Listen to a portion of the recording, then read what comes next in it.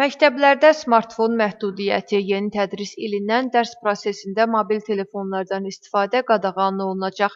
Yeni tədris ilindən məktəblərdə yeni qayda qüvvəyə minəcək. Tədris prosesi zamanı mobil telefonlardan məqsədyönlü olmayan istifadə qadağan edilir. Şagirdlə valideyn arasında əlaqə isə məktəb tərəfindən müəyyən edilmiş rəsmi əlaqə yolları vasitəsilə həyata keçiriləcək. Yeni qaydaya əsasən təkcə elektron rabitə vasitələrinin istifadəsi deyil, həm də onların işlək vəziyyətə daşınması və saxlanılması da qayda pozuntusudur.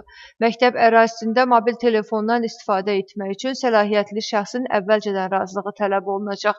Qayda mobil şəbəkəyə qoşulmuş ağıllı saatlara da şamil ediləcək. Eyni zamanda yeni qaydada istisnalar da nəzərdə tutulub. Elektron cihazlardan istifadəyə məktəbin daxili nizamnaməsində müəyyən edilmiş hallarda, o cümlədən təcili və fövqəladə vəziyyətlər zamanı, eləcə də tibbi və ya tədris məqsədləri üçün icazə veriləcək. Bununla belə səlahiyyətli şəxsin əvvəlcədən razılığı yenə də əsas şərt olaraq qalacaq. Yeni qaydalar tənəffüs vaxtlarında da qüvvədə olacaq. Dəyişikliklər çərçivəsində məktəblərin üzərinə bir sıra öhdəliklər qoyulub. Təhsil müəssisələri valideynlərlə əlaqə üçün konkret kommunikasiya vasitələrini, sosial şəbəkələr, mobil zənglər, elektron poçt və digər rəsmi kanalları müəyyən etməlidirlər.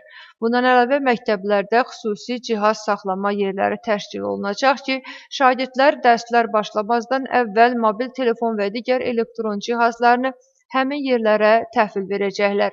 Həmçinin dərs günü başa çatdıqdan sonra cihazların şagirdlərə qaytarılmasına cavabdeh olan məsul şəxs də təyin ediləcək. Məktəblərdə elektron rabitə vasitələrindən istifadəyə dair yeni qaydalar artıq təsdiqlənib. Bu dəyişikliklərin əsas məqsədi şagirdlərin diqqətinin daha yaxşı cəmlənməsini təmin etmək, uşaqlar arasında ünsiyyəti gücləndirmək və sağlam sosial mühit formalaşdırmaqdır.